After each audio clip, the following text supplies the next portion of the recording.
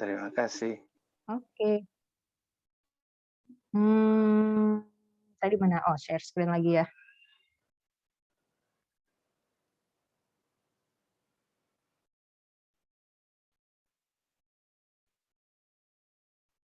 Oke. Nah, ini untuk yang sebenarnya konsep yang paling dasar terkait dengan kultur in vitro. Nah, tadi kita akhirnya sejarahnya itu panjang sebenarnya. Nanti bisa kalau misalnya kalian tertarik bisa ambil kuliah kultur in vitro, di situ kita akan bahas dari sejarah hingga perkembangan terkini. Tapi karena di sini kita hanya satu dan fokusnya pada anggrek, setidaknya kita apa istilahnya yang aplikatif saja.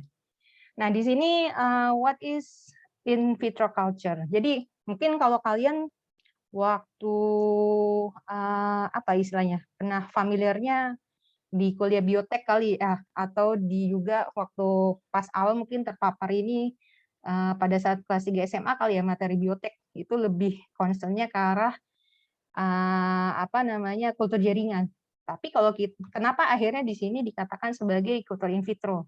Nah, di sini pada dasarnya kata in vitro sendiri itu berasal dari bahasa Latin yang apa isinya? Asal katanya itu ada vitros gitu atau tembus pandang. Jadi bisa dikatakan di dalam gelas. Nah, ini makanya apa namanya? eh, apa ini kursor saya nunjuk kelihatan nggak ya? Kelihatan, Bu. Kelihatan ya? Oke. Nah, ini makanya kenapa kultur in vitro identik dengan akhirnya dikatakan sebagai kultur in vitro karena biasanya wadah-wadah yang digunakan dalam kultur in vitro itu bentuknya apa namanya? Ya kita menggunakan wadah gelas ya, seperti ini yang transparan gitu sehingga cahaya mudah masuk dan juga mudah teramati. Maka akhirnya lebih dikenal sebagai in vitro gitu. Kenapa kita nggak bilang kultur jaringan aja? Karena kalau kita katakan kultur jaringan, pada kenyataannya kita bisa melakukan kultur ini tidak hanya di level jaringan, tapi kita juga bisa melakukannya di level sel. Jadi kalau kita katakan hanya kultur jaringan, sepertinya kita membatasi saja di tingkat jaringan, padahal kita bisa melakukan kultur in vitro itu hingga tingkat sel gitu. Kita dari single sel saja kita juga bisa menghasilkan satu individu tanaman utuh kembali gitu. Seperti itu. Nah, makanya di sini kalau dikatakan istilahnya the science that grows cell, tissue, jadi tidak hanya tissue kan, kalau kita bilang kultur jaringan ya tissue saja berarti. Ini juga mulai dari level sel. Cell, tissue, or plant organ from the isolation of the parent plants, biasanya dari tanaman induknya, kemudian kita tanam nih di dalam apa istilahnya artificial media yang istilahnya kenapa dibilang artificial biasanya kan kalau tumbuhan di alam medianya tanah ya dan tanah itu mengandung nutrisi. Nah, di sini medianya ini dibuat sedemikian rupa sehingga mengandung kandungan nutrisi yang cukup untuk mensupport ke pertumbuhan dari tanaman tersebut di sini. Kemudian kata kunci lainnya apa selain in vitro? Di sini juga ada kata kuncinya adalah aseptik gitu. Jadi ketika kita melakukan kultur in vitro, kita juga harus memerhatikan kondisi-kondisi yang aseptik. Kalau misalnya kalian pernah dapat pelajaran mikrobiologi, nah di situ kalian bisa apa? Ada pernah ikut praktikumnya nggak? Atau pernah melihat atau pernah disampaikan di kuliah mikro biasanya untuk menginokulasi atau apa ya istilahnya menumbuhkan bakteri kan kita butuh kondisi yang aseptik juga tuh. Cara kerjanya juga aseptik. Kenapa? Biar misalnya bakterinya tidak terkontaminasi oleh mikroorganisme lain sehingga malah jadi misalnya kita numbuhin bacillus yang numbuh E. coli atau malah tumbuh yang lain itu namanya udah kontaminasi. Nah, begitu juga dengan kultur in vitro ini yang mau kita tanam adalah tumbuhannya atau tanamannya atau kalau kita bilang explant-nya ya sumber bagian tanaman yang kita tanam itu namanya explant. Nah, itu yang apa namanya kita coba tanam. Nah, kalau kita tidak karena itu bernutrisi medianya, jadi hampir semua makhluk hidup tuh bisa tumbuh di situ gitu. Nah, salah satunya juga mikroorganisme, malah dia yang tidak tampak dan kalau kita mengerjakannya tidak bersih, itu dia malah akan mengkontaminasi kultur kita, sehingga nanti yang tumbuh bukannya tanaman kita, tapi yang ada misalnya kapang, bakteri, atau mikroorganisme lain yang memang sebenarnya tidak kita inginkan. Nah, makanya untuk penanamannya ini biasanya kita butuh tempat yang relatif tertutup atau filtrasi udaranya bisa terjaga dengan baik di sini. Kenapa? Untuk ya itu sekali lagi meminimalisir kontaminasi, terutama yang tidak kita inginkan adalah mikroorganisme itu sendiri. Oke, nah kemudian juga istilah lain yang terkait dengan kultur in vitro itu juga tadi tissue culture udah kita bahas ya, terkait dengan micropropagation. Jadi kalau misalnya kalian membaca artikel-artikel kultur in vitro itu istilahnya beragam gitu. Salah satunya adalah ada istilah lagi micropropagation. Pada dasarnya ini juga terkait dengan metode bagaimana perbanyakan tanaman ya, using extremely small pieces of plant tissue. Jadi biasanya kalau micropropagation biasanya ini diambil dari satu jaringan, makanya dikatakan micropropagation karena kita hanya mengambil secuplik atau bagian kecil dari tumbuhan untuk kita tanam di media kultur dalam kondisi aseptik. Itu sebenarnya adalah kata-kata kunci dari apa itu kultur in vitro gitu di sini. Oke, kita lanjut ya. Kalau ada pertanyaan mungkin bisa disimpan dulu atau dicatat dulu, nanti bisa kita diskusikan. Nah, kemudian kenapa sih kultur in vitro ya ini atau proses regenerasi melalui teknik kultur in vitro ini cukup penting. Nah, ini pada dasarnya kultur in vitro ini bisa menjadi apa ya istilahnya alternatif solusi ya untuk bagaimana kita bisa memperbanyak tanaman. Karena apalagi untuk tumbuhan-tumbuhan yang sifatnya komersial. Nah, ini kita butuh memperbanyak dia dalam jumlah yang banyak, kemudian waktu yang cepat sehingga kita butuh apa namanya teknik ini untuk bisa mensupport hal tersebut. Nah, kemudian juga untuk ini juga yang selanjutnya nih ada misalnya ada beberapa selain untuk menumbuhkan, kita juga bisa untuk istilahnya menghibernasikan biji tersebut sehingga bijinya tidak aktif tapi dalam kondisi in vitro atau untuk nanti kemudian kita tanam. Ini kaitannya bisa terkait juga sih dengan plant conservation nanti. Kemudian embryo unable to develop. Jadi biasanya ada beberapa tanaman yang memang mungkin sulit untuk memperbanyak dirinya secara alami gitu. Jadi memang harus kita bantu dan salah satunya adalah dengan kultur in vitro ini. Kemudian juga, nah salah satunya lagi juga teknik kultur in vitro sendiri ini juga dapat digunakan untuk memperbanyak tumbuhan dalam kondisi yang steril atau atau kita bisa menghasilkan suatu tanaman bebas penyakit ya dengan kultur in vitro ini karena kita memang menanamnya dalam kondisi yang steril dan kita juga sangat ketat dalam menseleksi explant yang digunakan. Jadi yang kita gunakan explant-nya adalah yang benar-benar sehat sehingga nanti hasil dari keturunannya itu sendiri juga akan juga baik gitu galurnya seperti itu.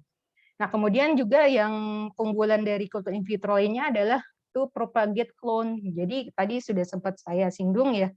Pada dasarnya hal yang juga menguntungkan dari kultur in vitro itu adalah diharap karena ini sebenarnya kan perbanyakan secara vegetatif gitu. Kita bisa dari potongan batang, dari potongan daun, potongan akar atau dari buah juga. Nah, pada dasarnya kalau dia berhasil kita tumbuhkan dan kita perbanyak, harapannya adalah hasil dari kultur itu juga memiliki sifat yang sama dengan induknya. Jadi makanya kadang juga dibilangnya clone ya, pengklonaan atau juga proses cloning dari individu. Jadi secara in vitro ini juga bisa kita lakukan proses cloning.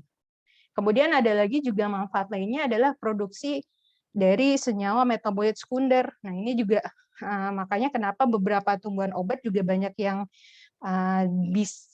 banyak yang di kultur pada dasarnya kalau misalnya kita mengambil tanaman langsung dari alam itu kan sangat beresiko terhadap variasi kandungan senyawa metabolitnya maupun juga kebersihan sumber eksplan dan juga alasan konservasi lainnya. Tapi kalau misalnya kita berhasil mengkultur tanaman obat tersebut atau memang tanaman yang memiliki kandungan senyawa metabolit sekunder yang memang kita inginkan, nah kita bisa mengkulturnya untuk kemudian kita modifikasi sehingga nanti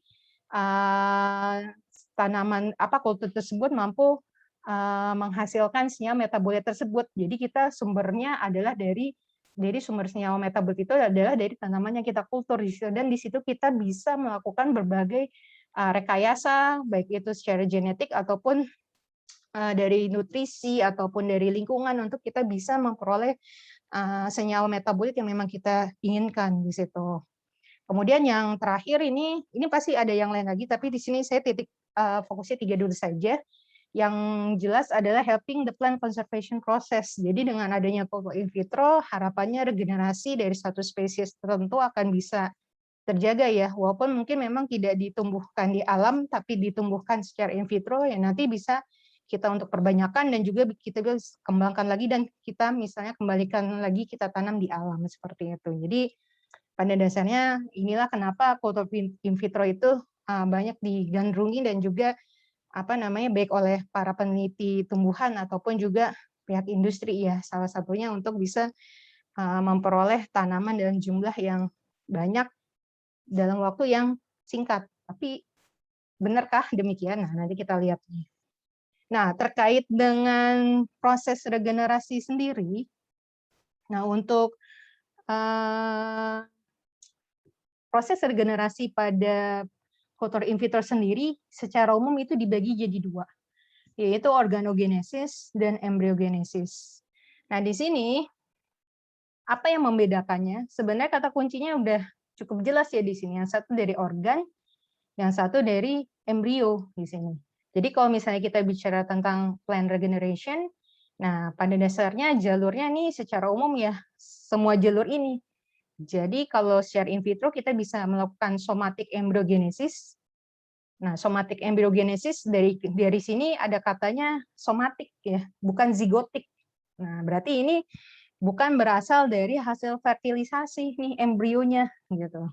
Tapi berasal dari jaringan tertentu yang kita induksi sedemikian rupa sehingga dia memasuki fase perkembangan embrio gitu. Kalau misalnya nanti kalian ambil perkembangan ya, harusnya ini sebenarnya secara umum bisa dibayangkan ya. Nanti kita lihat lagi deh.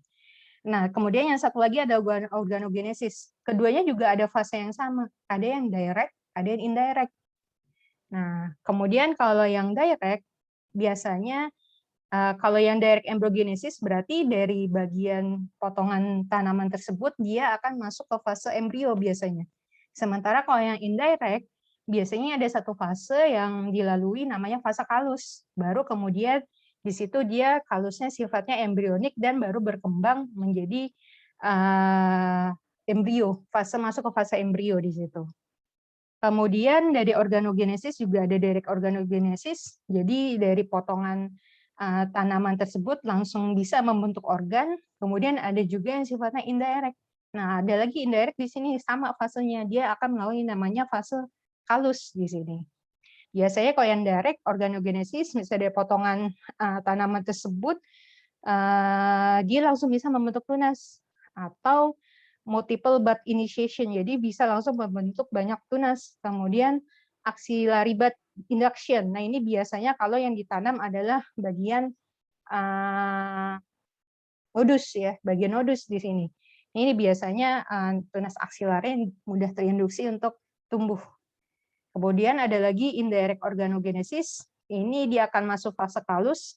Dari fase kalus dia akan membentuk tunas, baru pertunasan, kemudian baru bisa membentuk tunas-tunas lainnya, atau juga dari fase kalus dia akan membentuk akar terlebih dahulu gitu. Kemudian root formation. Kemudian bagaimana cara dia menjadi tumbuhan yang utuh ya kita harus memodifikasi atau merekayasa medianya lagi sehingga dia mampu merespon untuk tumbuh menjadi satu tanaman utuh kalau memang targetnya kita adalah tanaman utuh.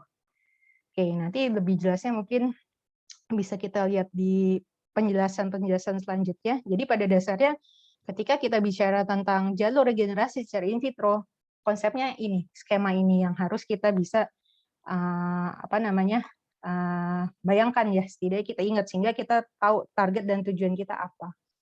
Jadi kalau secara sederhana organogenesis dia dari potongan organ atau dari sel atau dari jaringan, kemudian dia membentuk akar, membentuk daun, atau membentuk tunas, atau juga ada yang bisa langsung berbunga di sini. Kemudian entah dia membentuk organ-organ lainnya, atau entah akhirnya dia membentuk seluruh tanaman.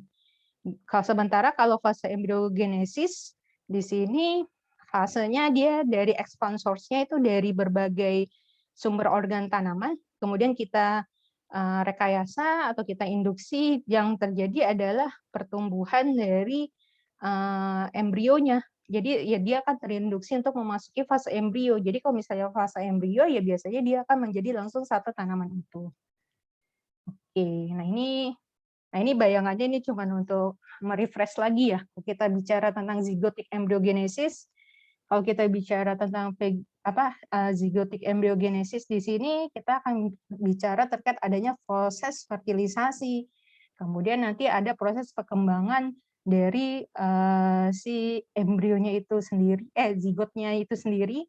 Nah, kemudian membentuk bagian apa saja seperti ini, dan kemudian dia akan sampai tahap ini dia jadi apa istilahnya? Jadi biji ya, yang di dalamnya terdapat embrio yang kemudian siap untuk dikecambahkan untuk menjadi individu baru. Jadi biasanya kalau udah fase embrio pasti dia akan nanti akan mengalami proses germination, dan biasanya di proses germination ini dia akan jadi satu tanaman utuh kembali. Nah, ini fase-fase dari organogenesis dan embryogenesis. Kalau di organogenesis biasanya ekspan yang kita gunakan, kalau dia bisa merespon, berarti dia kompeten, kemudian dia akan kemudian mengalami diferensiasi. Diferensiasinya menjadi apa? Menjadi organ-organ target yang memang kita rencanakan. Misalnya kita nanam dari potongan daun, oh kita mau nemuin tunas nih. Nah, dia akan merespon dengan membentuk tunas. Atau misalnya kita maunya tumbuh akar, oke kita kasih medium yang memang untuk induksi akar, nah nanti dia akan bisa berdiferensiasi untuk membentuk akar di situ. Dan biasanya di sini salah satu yang berperan adalah adanya fitohormon ya, salah satunya. Nah, sementara untuk fase embryogenesis di sini biasanya embryogenic mass initiate from vegetative cell or tissue. Jadi biasanya nanti akan masuk ke fase embrio di situ. Tadi ya, seperti gambar yang sudah saya perlihatkan sebelumnya, jadi dia akan membentuk fase embrio, kemudian dia akan berkembang mengikuti fase perkembangan dari embrio, kemudian somatik embrionya terbentuk dan matang, dan dia nanti akan tumbuh. Jadi proses seperti pada proses germination tadi akan tumbuh menjadi satu individu baru di situ. Nah, ini juga skematisnya saja untuk lebih memudahkan atau mengingat. Jadi kalau organogenesis dia direct, jadi dari potongan ekspannya dia akan tumbuh tunas. Kalau indirect dia akan membentuk kalus dulu. Nanti saya akan perlihatkan kalus seperti apa. Kemudian dari kalus tersebut baru terbentuk tunas. Nah, ini makanya kenapa dia dinamakan indirect, karena ada fase kalus di situ. Begitu juga untuk yang embryogenesis. Kalau yang direct dari potongan daunnya ini bisa langsung tumbuh embryogenic selnya. Kemudian kalau di kalus ini juga kalau di fase indirect dia akan membentuk kalus dulu, kemudian baru membentuk fase embrionya di situ. Makanya kenapa dinamakan indirect. Nah, ini juga contohnya ya, salah satu bagaimana bisa memanipulasi istilahnya medianya untuk bisa indirect. Jadi ini contohnya pada tanaman wortel, kita pakai umbinya. Umbinya ini biasanya bisa ditanam pada medium, kemudian di sini diinisiasi atau ditambahkan fitohormon namanya 2,4 diklorofenoxyacetic acid atau 2,4D di sini. Nah, dari sini dia pakai akar ya umbi tadi dikultur, kemudian nanti dia akan masuk ke fase embryoid, ada globular stage-nya, kemudian ada heart stage-nya, kemudian dia masuk ke torpedo stage, cotyledon stage is plant atau mulai ditanam, kemudian dia menjadi plantlet. Kalau misalnya jadi satu tumbuhan utuh lagi di kultur in vitro itu istilahnya dikenal sebagai plantlet di situ. Kemudian dia jadi wortel yang dewasa, dan kemudian fase ini kalau memang masih mau dilanjutkan ya bisa langsung dilanjutkan. Makanya kenapa ini dinamakan sebagai indirect embryogenesis. Gitu. Jadi ada peran fitohormon ya. Jadi kalau dikatakan sebenarnya fase-fase atau tahapan dari proses kultur in vitro itu sendiri biasanya yang pertama ada stimuli respon. Jadi bagaimana si potongan tanaman yang sel atau tanaman yang kita tanam itu merespon media tanam. Kemudian dari situ setelah direspon dia akan meresponnya seperti apa? Ya biasanya pada saat dia merespon nih bentuknya macam-macam, entah dia menggendut, apa ya istilahnya swelling atau dia melengkung, itu tandanya berarti dia udah mulai merespon di situ. Tapi kalau dia diem aja nggak ada apa ya istilahnya pertambahan panjang atau respon lainnya, nah itu biasanya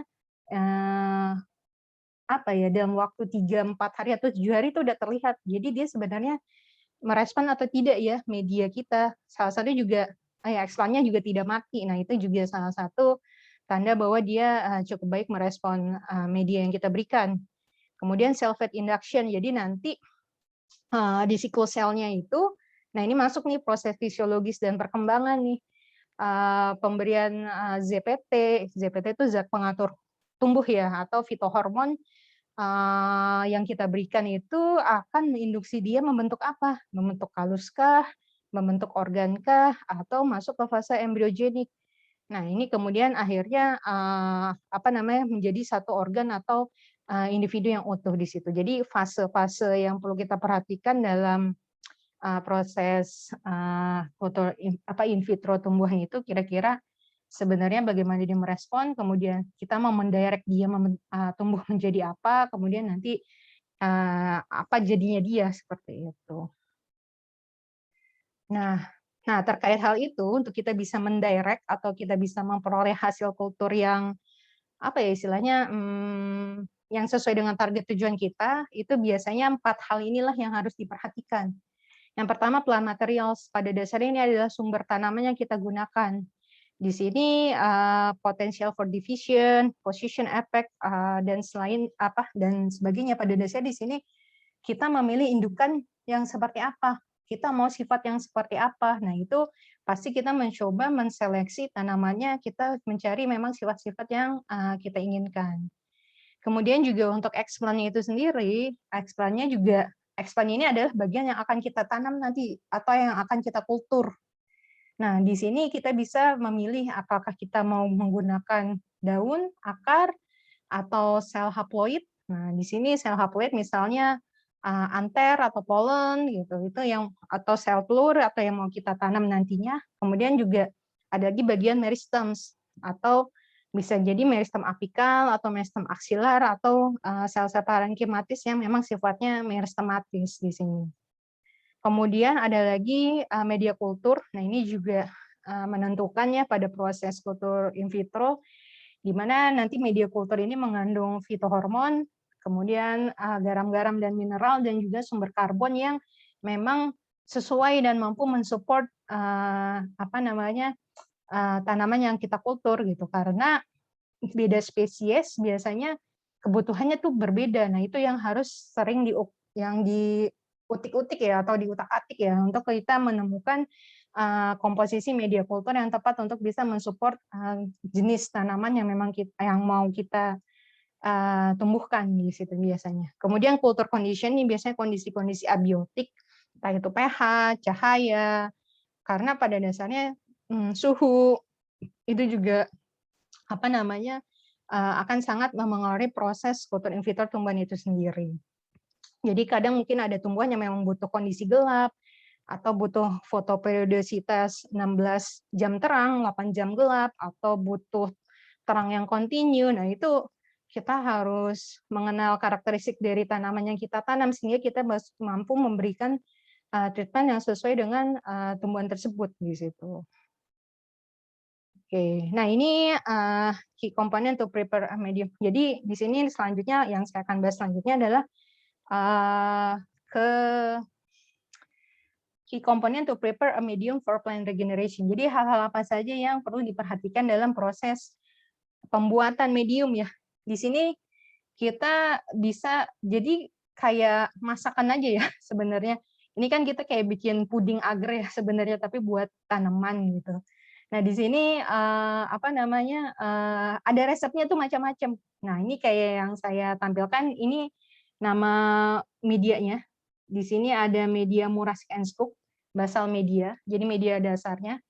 Kemudian ada lagi namanya Fasin and Wen. Jadi ini biasanya dikenal, kalau MS ini hampir digunakan oleh seluruh jenis tumbuhan. Jadi dia yang paling sejauh ini merupakan jenis medium yang resepnya cocok buat dipakai hampir semua jenis gitu. Nah, kalau Fasin and Wen ini biasanya udah sangat spesifik anggrek. Jadi ada beberapa jenis. Nah, ini yang enak adalah di masa sekarang ini, sekarang mediumnya udah jadi gitu. Kayak kita bikin larutan apa ya, misalnya CDR atau apa adem sari yang udah tinggal dicemplungin ke air sudah jadi. Kalau dulu kita tuh harus ngeracik sendiri berdasarkan komposisinya tuh. Nanti saya jelaskan. Nah, kemudian untuk wadah kulturnya itu sendiri juga banyak. Yang pasti wadahnya harus transparan ya karena kan untuk masuknya cahaya gitu. Kemudian wadahnya ada yang kotak, ada yang dari botol sele, atau ada yang dari botol saus, ada tabung reaksi, ada Erlenmeyer. Nah ini mediumnya ada cawan petri juga, mediumnya pun juga beragam, ada yang medium padat, ada juga yang medium cair.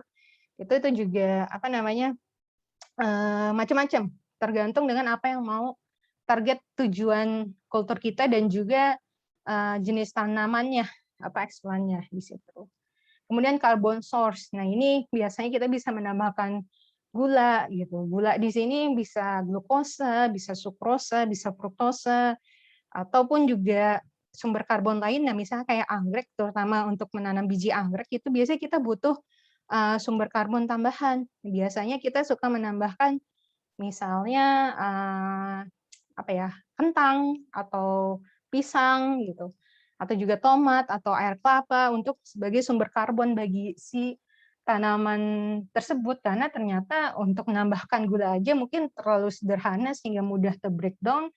Jadi kita suka menambahkan gula-gula kompleks juga sehingga proses apa ya istilahnya degradasi dari si gulanya tersebut jadi lebih lama sehingga ketersediaan gula di medium tersebut juga lebih lama dan bisa terus-menerus digunakan oleh tanamannya itu sendiri. Kemudian ada lagi plant growth regulators. Nah, nanti ini juga akan kita bahas. Kemudian ada lagi minor komponen.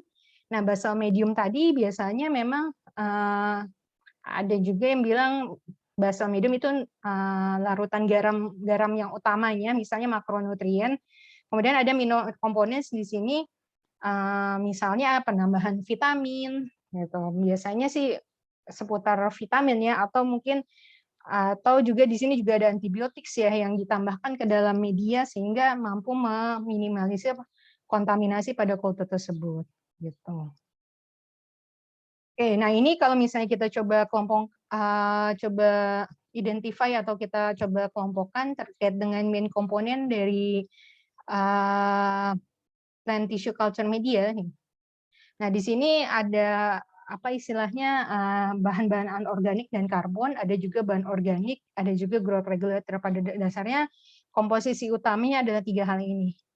Nah, kalau bahan anorganik itu yang kayak garam-garam yang nitrogen, fosfat, kalsium, kalium, atau nah ini pun yang nutriennya juga dibagi menjadi yang makro dan yang mikronutrien di sini.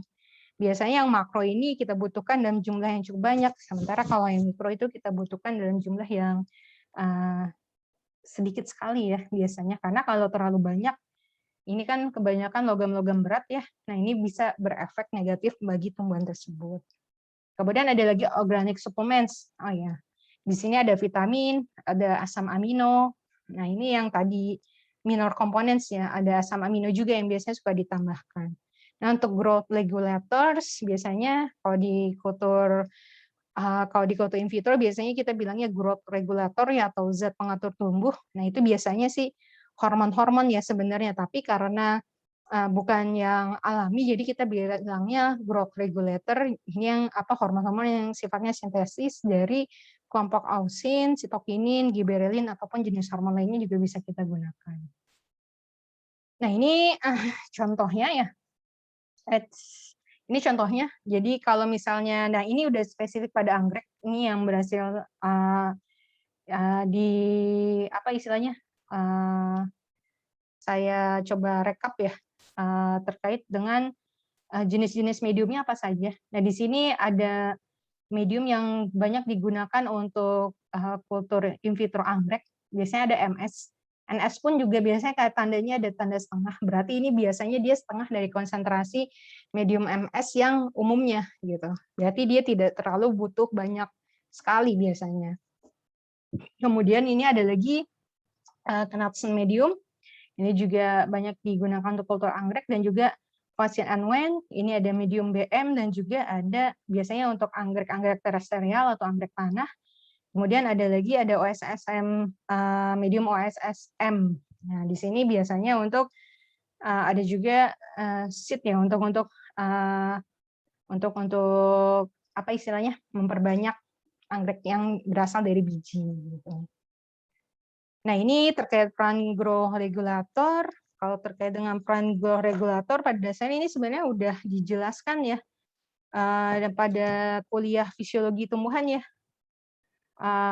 Ini saya hanya mengulang kembali. Jadi di sini ada yang kelompok oksin, ada kelompok sitokinin.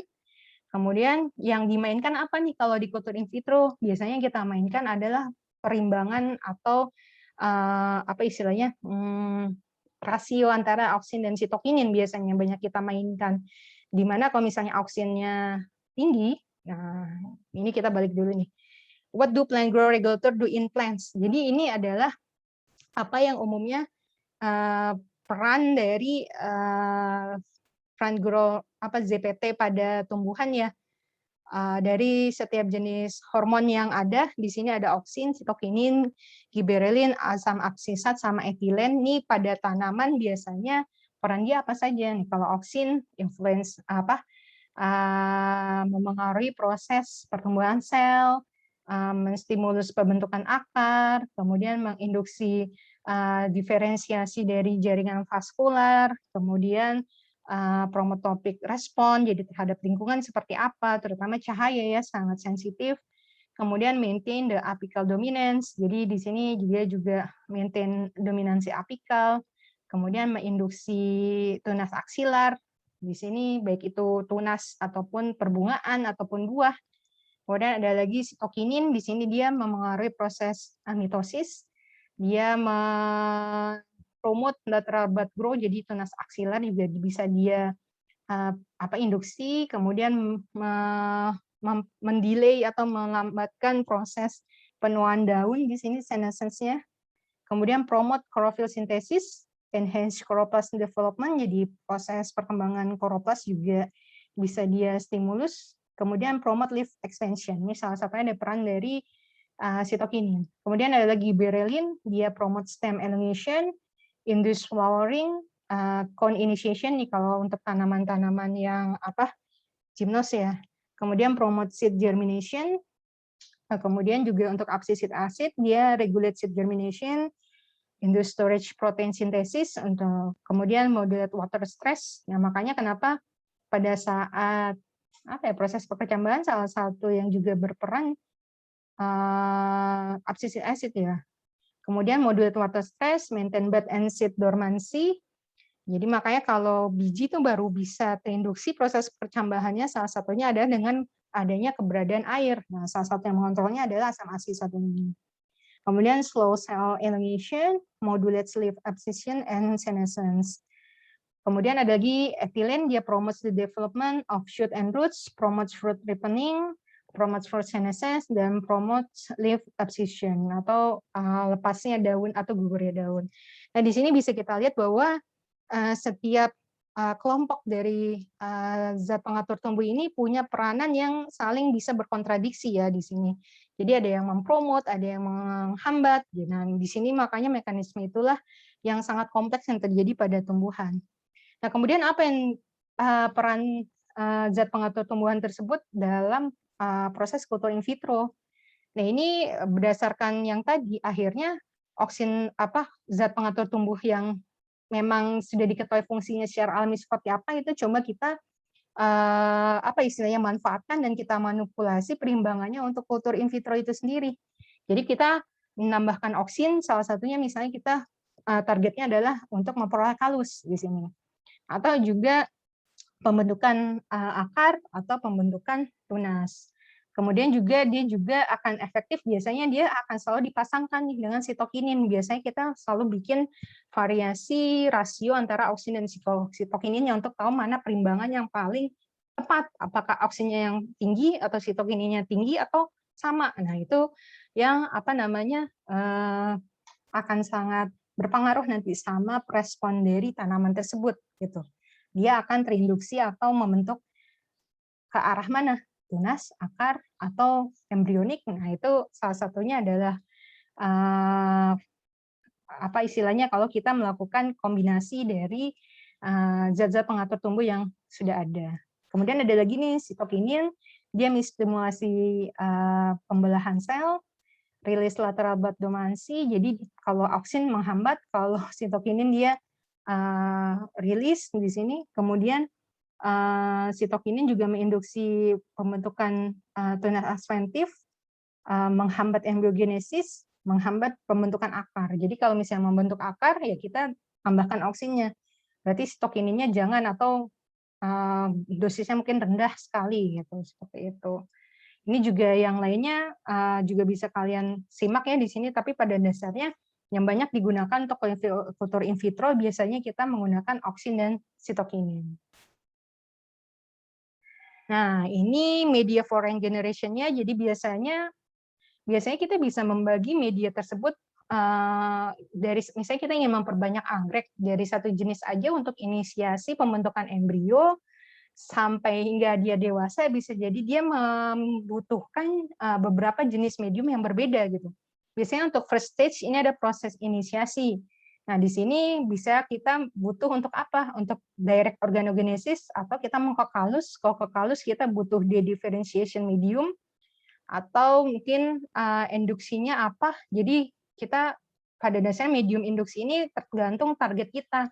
Kita mau dia membentuk kalus, kita mau dia membentuk tunas, atau kita mau dia membentuk akar. Nah, ini biasanya semuanya akan ditentukan di media induksi ini. Kemudian nanti ada lagi media untuk regenerasi. Biasanya ini udah masuk ke fase perbanyakan saja. Jadi kita tidak membutuhkan mungkin kombinasi oksin sitokinin tertentu, atau malah kita cuma butuh medium bernutrisi saja gitu untuk menumbuhkan. Jadi dia untuk maintain kulturnya aja, jadi udah pada tahap pemeliharaan. Nah, biasanya ini mediumnya juga macam-macam. Biasanya beberapa untuk anggrek sendiri ketika udah masuk fase regenerasi ataupun sudah established ya, dia biasanya nggak perlu media yang macam-macam tuh. Biasanya kita bisa tambahkan kayak pupuk, kayak Hiponex, atau ya pokoknya sejenis pupuk-pupuk yang komersial ya sebagai nutrisi di medianya. Jadi biasanya lebih tidak butuh media yang kompleks ya, seperti itu. Karena kita hanya untuk maintain untuk dia tumbuh.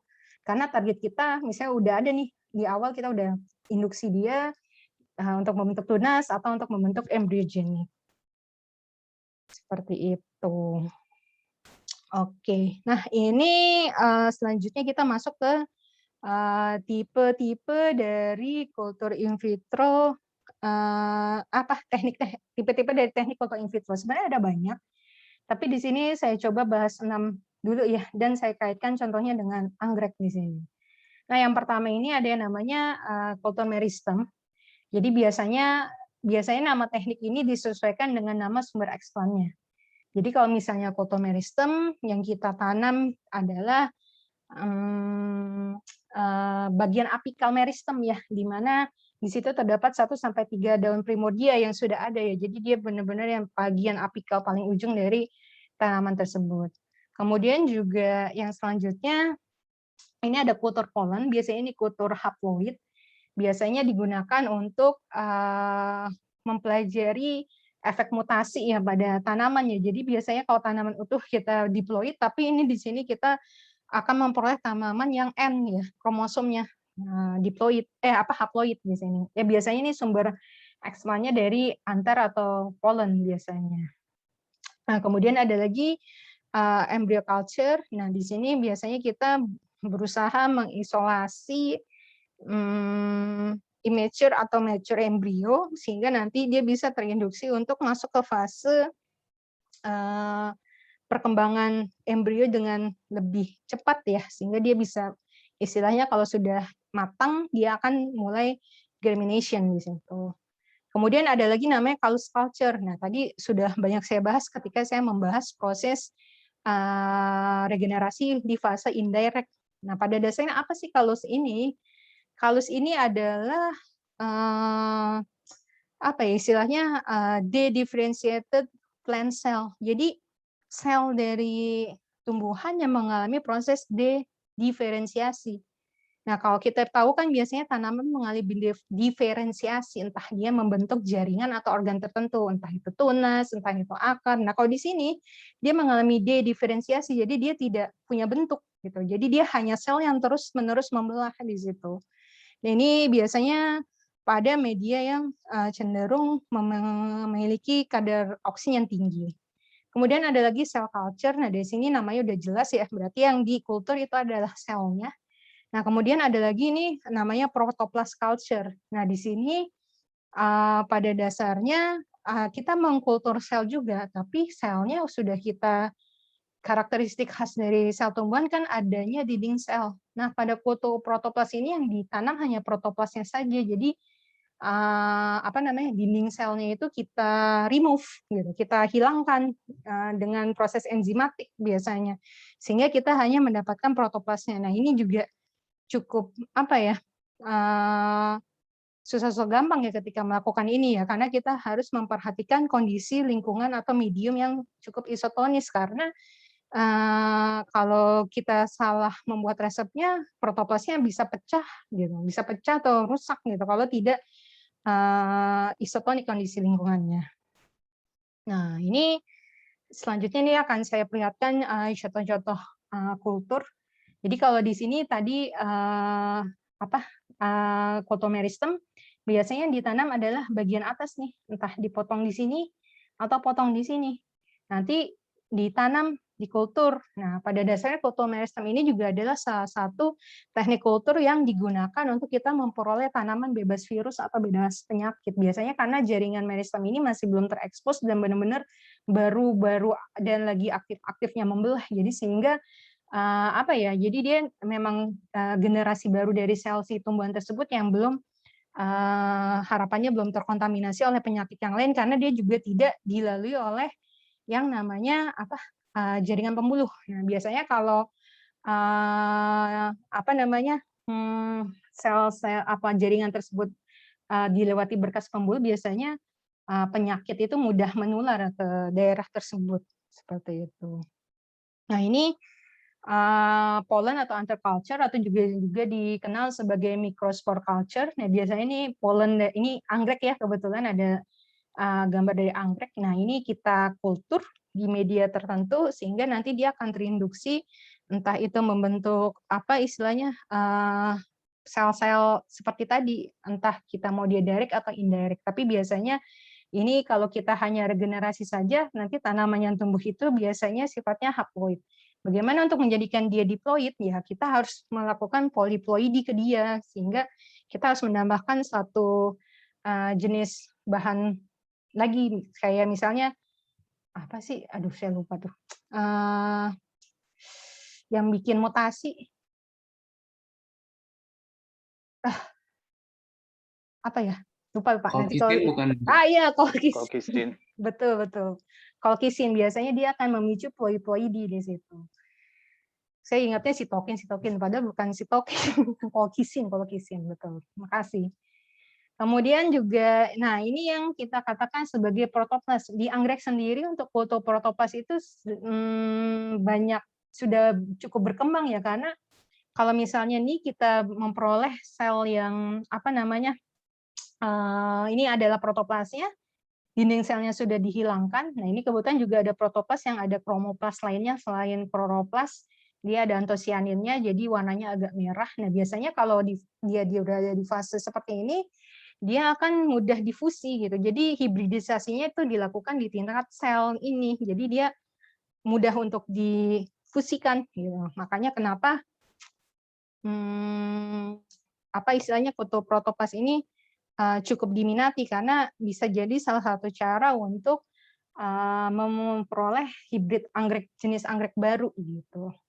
Nah, ini fasenya biasanya dia kompleks sekali ya. Kita menentukan bagiannya, kemudian kita ambil dari bagian apa entah daun, entah batang, entah akarnya, kemudian nanti kita lalui proses enzimatik dan juga dengan media yang sesuai osmolaritasnya sehingga selnya bisa terjaga tetap utuh. Nah, kemudian baru apa namanya ya itu kultur itu yang akan kita pelihara dan kita apa namanya sesuai dengan tujuan kultur kita mau apa, entah mau kita fusikan atau mau kita pelajari struktur apa istilahnya kondisi fisiologis ataupun molekulernya. Nah, ini juga bisa studinya di level tekniknya dengan menggunakan kultur protoplas. Nah, ini yang tadi sering saya sebut juga si kalus. Jadi inilah yang dinamakan kalus. Kita bisa lihat ya, dia adalah sel-sel yang mengalami dediferensiasi. Jadi dia tidak membentuk apa-apa, jadi hanya proliferate saja, membelah, tidak mempunyai bentuk tertentu di sini. Nah, biasanya dari sel-sel kalus ini ada karakteristik uniknya lagi gitu. Kalau misalnya kalus yang kita peroleh itu warnanya hijau, itu biasanya sangat potensial untuk kita kembangkan ke arah organogenesis. Sementara kalau misalnya dia cenderung berwarna putih, nah biasanya itu dia akan lebih cenderung nanti kalau bisa kita induksi untuk masuk ke fase embrioniknya. Nah, ini dari kalusnya tadi, ini kebetulan anggrek ya. Dari kalusnya, nah ini bisa kita induksi untuk membentuk masuk ke fase embrionik sehingga dia membentuk tunas di sini. Gitu. Jadi ini dimulai dari fase kalus. Jadi dari sel-sel yang tadinya tidak terdiferensiasi, kita letakkan di media yang memang sudah kita modified untuk bisa dia tumbuh masuk ke fase embryogenik. Nah, dia akan tumbuh jadi akan berkecambah ya, atau kalau di sini di istilah kecambah atau kalau misalnya kita bicara ini juga yang unik yang mudah-mudahan sudah disampaikan oleh Pak Saifuddin ya terkait proses perkembangan embrio dari anggrek itu sendiri ya, karena dia monokotil tapi fase biji pertumbuhan percambahannya itu tidak seperti biji pada umumnya karena dia akan membentuk suatu struktur yang dinamakan sebagai protokorm di situ. Nah, ini kebetulan dia masuk fase embrionik dan protokomnya terbentuk. Nah, dari satu protokom ini akan terbentuk satu individu baru. Nah, ini orchid seed culture atau dari embrio. Jadi kalau misalnya kalian buah anggrek, ini kan ada buah anggrek. Kalau misalnya dia sudah matang, tuh dia akan apa ya istilahnya pecah dan di dalamnya tuh dapat ribuan biji. Nah, bijinya itu bentuknya seperti ini, selaput-selaput yang di dalamnya nih kalau misalnya ada warna hitam, ini juga ada warna yang gelap ini adalah embrionya. Nah, berarti ini kemungkinan viabilitas bijinya tuh tinggi. Sementara kalau yang apa namanya bagian selaputnya ini di dalamnya tidak ada hitam-hitamnya ini, berarti dia embrionya tidak kompatibel atau viabilitasnya rendah. Jadi kalau misalnya kita mau nanam biji anggrek, kalau misalnya mau diamati dulu apakah memang dia cukup matang embrionya atau tidak, nah kita lihat ada atau tidak. Ini juga nih ada fase yang berbeda nih. Dia cenderung gelap tapi ada juga terang. Tapi ada juga yang benar-benar tidak ada apa-apa di tengahnya. Kalau udah seperti itu ya berarti dia udah tidak punya kemampuan untuk regenerasi jadi satu individu lagi karena embrionya tidak ada. Berarti dia tidak cukup matang ya di situ. Nah, ini dari fase ini biasanya bijinya itu kita tabur di medium.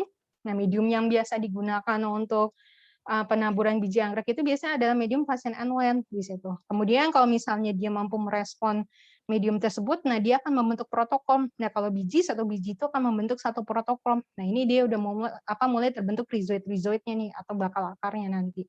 Dari situ kita pindahkan, kemudian kita besarkan di medium tadi ya, medium pemeliharaan, hingga dia cukup matang untuk bisa keluar. Nah kalau misalnya sudah cukup kuat untuk keluar, nah dia kita keluarkan. Nanti ini akan saya bahas di proses aklimatisasi di sini. Jadi kalau dia sudah cukup matang, nanti akan kita pindahkan keluar ke medium ke dalam pot gitu. Dan di situ butuh yang namanya fase aklimatisasi. Nah untuk ini juga salah satu contoh perkembangannya ya dari biji anggrek itu sendiri. Jadi kalau misalnya dia respon, walaupun tidak semua biji anggrek punya waktu respon yang cukup cepat ya. Nah ini relatif cepat nih, karena dalam waktu 7 hari kita sudah bisa lihat ya bagaimana perkembangan dari embrionya. Kemudian dalam waktu 10 hari dia sudah membentuk protokom yang cukup jelas, kemudian 20 hari rhizoidnya juga udah mulai terbentuk, kemudian makin besar, akhirnya nih jadi cikal bakal anggrek baru. Nah ini contohnya di Dendrophyllax lindenii ini contohnya. Jadi ini cukup bisa, jadi paper ini cukup bisa menggambarkan bagaimana formation atau pembentukan atau perkembangan embrio dari biji berkecambah hingga membentuk protokom hingga akhirnya menjadi seedling dari anggrek itu sendiri. Ini juga salah satu contohnya protokom development. Jadi kalau misalnya ini, nah ini juga ada yang menarik. Jadi kalau misalnya yang di paper ini nih memang dari biji ya.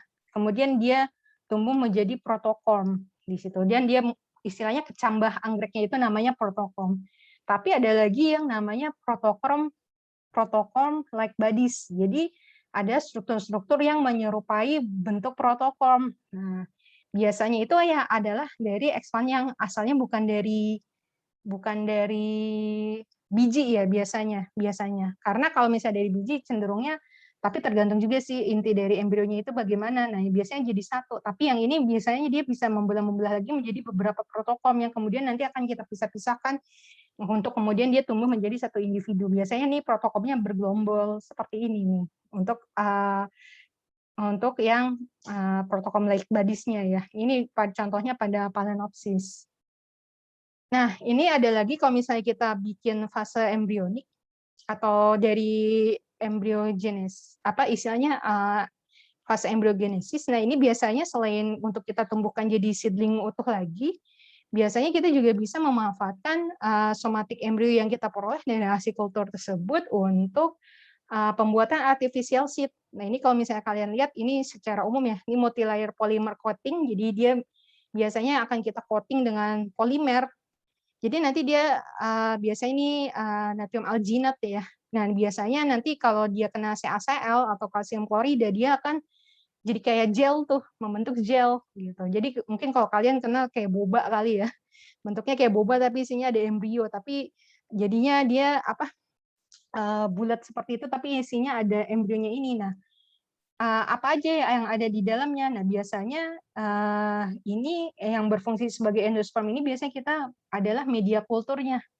Jadi nanti dia embrionya ini di medium kulturnya, entah itu medium MS tadi, kemudian diberikan polimer tadi alginat, kemudian dipaparkan dengan kalsium klorida, dia akan memadat, dan jadinya seperti ini. Jadi kayak kita teteskan setetes demi kita dropping ke CaCl2. Jadi bentuknya seperti ini.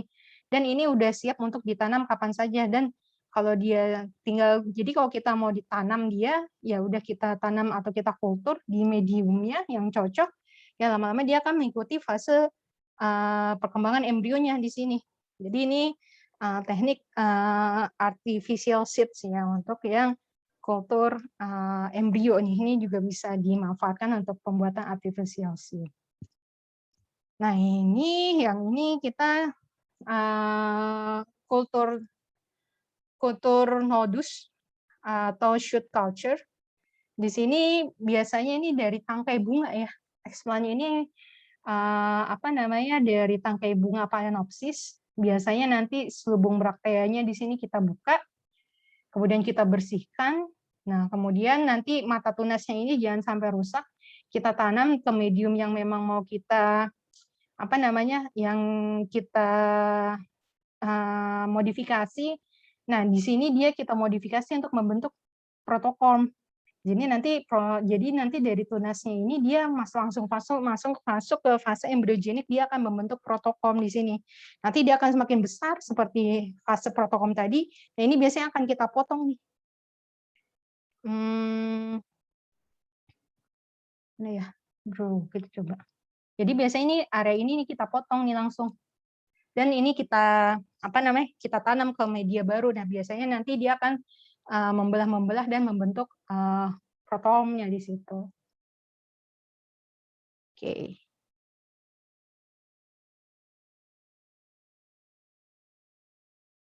Nah, ini kalau tadi kan dari protokomnya terbentuk dari nodus ya, nodus tangkai bunga di situ. Nah, kalau yang ini dia dia membentuk protokom tapi dari potongan daun nih di sini.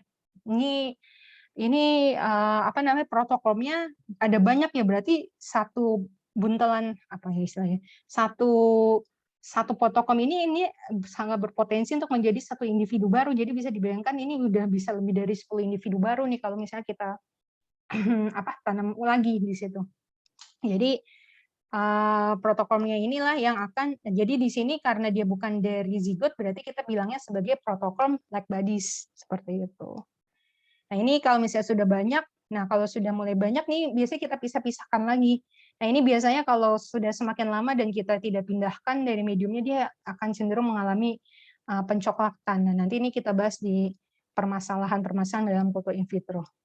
Nah, ini juga contohnya. Nah, biasanya untuk bisa memperoleh protokom dari tangkai bunga anggrek itu sendiri, biasanya kita melakukan yang banyak kita modifikasi adalah ZPT-nya. Biasanya kita pakai benzylaldenin atau tidiazuron. Biasanya dua ini yang kombinasinya banyak digunakan untuk kita memperoleh protokom atau PLB ya, protokom like bodies dari anggrek itu sendiri.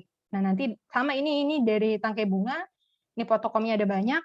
Kemudian ya dari setiap protokolnya ini akan jadi satu individu, dan ini biasanya kita pisah-pisah atau kita subculture terus-menerus hingga akhirnya dia tumbuh menjadi individu yang baru di situ. Nah, kalau yang ini yang sudah media pemeliharaan, nih kadang ada modifikasinya, ini yang agarnya bening, berarti hanya nutrisi agar saja. Nah, ini ada yang warna coklat, nah ini yang ditambahkan dengan pisang ya. Biasanya pakai pisang gitu. Ada lagi yang warnanya, kalau misalnya kalian lihat media anggrek botolan yang dijual-jual, itu warnanya hitam, nah itu biasanya dia tambahkan arang aktif di situ. Fungsinya kalau pisang dia sebagai sumber karbon, kalau arang aktif dia sebagai biasanya si absorban untuk senyawa-senyawa yang istilahnya toksin ya, toksik ya, atau berbahaya bagi si anggrek itu sendiri.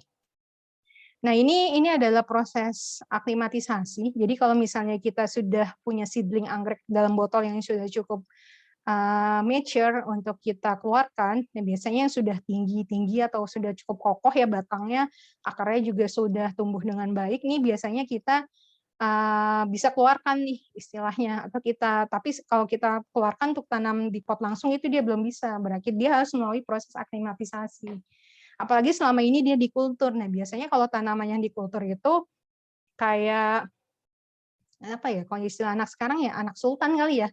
Dia udah punya banyak nutrisi sebelumnya, dia nggak usah capek-capek untuk bermetabolisme atau mencari makanan gitu, karena selama ini kondisi lingkungan dan juga nutrisi yang diberikan tuh sudah adequate atau cukup gitu, atau sangat baik sekali, sehingga pada saat dia dikeluarkan, nah itu dia jadi cukup rentan ya. Makanya harus ada proses yang namanya aklimatisasi, bagaimana dia menyesuaikan dengan kondisi lingkungan baru di situ.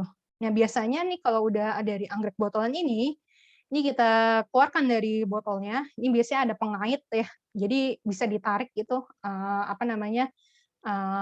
seedling-seedlingnya ini, kemudian dicuci sampai bersih, jangan sampai ada sisa-sisa agarnya di situ, dan biasanya kalau sudah bersih, nanti biasanya suka ditambahkan lagi dengan desinfektan, biasanya bleaching seperti Biclean ya, konsentrasinya bisa 0,01, jangan terlalu tinggi juga karena dia bisa mati. atau juga ditambahkan fungisida. Biasanya contohnya kayak ditin atau bentlete ya, adalah banyak-banyak beberapa fungisida komersial yang biasa digunakan, tapi kalau yang sering dipakai di lab itu kita biasanya makanya ditin R45. Nah, di situ biasanya kita rendam beberapa saat, setelah itu biasanya nggak langsung ditanam, tapi kita kering anginkan dulu, entah di atas koran atau di atas tisu atau di mana, dan jangan dikering anginkan langsung di bawah sinar matahari, nanti dia bisa gosong ya. Nah, kemudian ini jadi kita jangan sampai ada remove the excess water, jadi jangan ada sisa-sisa air di situ, karena kalau ada sisa air dia jadi sangat lembab, sehingga dia mudah busuk nanti ketika kita tanam di di medianya. Nah, ini untuk medianya sendiri juga ada macam-macam, ada bisa pakis, ada sphagnum. Nah, ini biasanya komposisi medianya disesuaikan dengan jenis anggreknya. Kalau yang akarnya tebal nanti seperti apa, kalau yang akarnya ringkih atau butuh tempat untuk menempel, dia butuh nanti bisa kita berikan medium yang seperti apa, media yang seperti apa. Dan biasanya kalau misalnya masih kecil-kecil kita tanam dalam satu pot tuh beberapa, maka kita bilang kompot atau community pot ya. Jadi di situ dia ada seedling-seedling anggrek. Hingga akhirnya nanti dia semakin dewasa, itu dari single pot itu juga akhirnya ketika dia semakin besar pun nanti akan kita repotting lagi, kita pindahkan potnya lagi. Jadi sehingga dia bisa jadi satu single pot atau satu tanaman dewasa. Nah, ini contohnya ya tentang seedling maintenance. Mungkin kalian juga bisa banyak cari informasinya karena ini udah lebih ke arah yang aplikatif ya. Mungkin para penggiat anggrek mungkin juga lebih banyak informasinya atau para praktisi anggrek terkait hal ini, karena pengalaman setiap orang beda-beda, bagaimana dia handling jenis tertentu atau kondisi tertentu, tapi setidaknya di sini yang coba saya sampaikan adalah apa aja sih hal yang harus diperhatikan ketika kita sudah mengeluarkan seedling dari proses kultur di situ. Nah, ini biasanya kita harus hati-hati nih. Misalnya yang tadi sudah kita kompot itu kita tempatkan di mana. Nah, biasanya dia tidak boleh langsung terekspor sinar matahari langsung, kalau enggak dia akan kering sekali gitu. Sementara dia juga tidak boleh tidak kena sinar matahari, jadi kita harus maintain gimana dia dapat sinar matahari yang cukup. Terlalu banyak mati, terlalu sedikit juga mati. Terlalu sedikit pun juga atau istilahnya, jadi kita harus benar-benar menentukan shading buat dia tuh yang cocok seperti apa. Kemudian juga ada proses humidity, jadi di sini kita juga, ini contohnya ya, jadi kadang untuk menjaga agar tidak terlalu kering, biasanya kita coba jaga humidity-nya, entah itu kita siram dengan fogging ya, istilahnya kita bikin fogging dengan menyemprotkan air, atau juga dengan sungkup ya, kita sungkup ya, biar humidity-nya tuh terjaga di dalam lingkungan ini gitu. Kemudian juga biasanya untuk beberapa waktu bisa kita tambahkan pupuk ya, tambahkan pupuk dengan komposisi misalnya NPK 60-30-10, jenis pupuknya juga macam-macam, boleh Gandasil, Liponex, Gaviota, ini kan udah merek ya, biasanya Dekastar atau mau yang slow release atau mau yang langsung berkala disemprotkannya gitu. Kemudian kita juga bisa tambahkan vitamin B1 ya pada saat proses aklimatisasi ini, biasanya dia yang tadinya di lingkungan yang enak ya, kemudian kita keluarkan, ya biasanya dia rentan terhadap stres tuh. Nah, biasanya kita suka menambahkan vitamin B1 untuk mengatasi stres pada tanamannya. Nah, ini kemudian juga ada control of pest and disease. Nah, ini kalau misalnya dibutuhkan ya, kalau misalnya ternyata ada penyakit atau hama yang menyerang seedling dari anggrek kita, ini bisa kita semprotkan obatnya, entah itu fungisida atau biasanya si fungisida ya, untuk menjaga kesehatan dari tanamannya biasanya. Nah, ini ini udah yang bahasan yang terakhir. Jadi terkait dengan kesempatan problem and challenge, opportunity, problem and challenge in orchids in viticulture. Jadi sebenarnya apa saja sih yang hingga sejauh ini masih menjadi masalah klasik ataupun masalah yang memang harus diselesaikan di masa depan nih. Biasanya ya, kalau kita membayangkan kultur in vitro itu kayaknya gampang ya, kita tinggal nanam, kemudian kita dapat tanaman, tumbuh tanamannya atau ekspannya itu bisa merespon, terus apa namanya, terus tumbuh gitu, terus dapat dalam jumlah yang banyak. Tapi ketika sudah dijalani ya kalau yang menjalani langsung ternyata tidak semudah itu, karena untuk mendapatkan komposisi medium yang cocok untuk jenis itu sendiri aja butuh waktu gitu. Kemudian untuk kita bisa mendapatkan misalnya tadi kita dapat protokom, kita dapat lebih dari 10, di ujungnya yang bisa tumbuh baik atau sehat itu bisa jadi kurang dari 10 gitu. Ada resiko-resiko kematian ataupun kerusakan lain gitu. Kemudian juga ada lagi yang namanya kontaminasi. Kemudian ada lagi yang namanya somaclonal variation di sini. Ini yang dapat terjadi apabila kita kadang menginduksi pembelahan sel terlalu cepat atau kita apa namanya, melakukan subculture itu terus-menerus. Itu juga ada resikonya ketika kita melakukan subculture terus-menerus.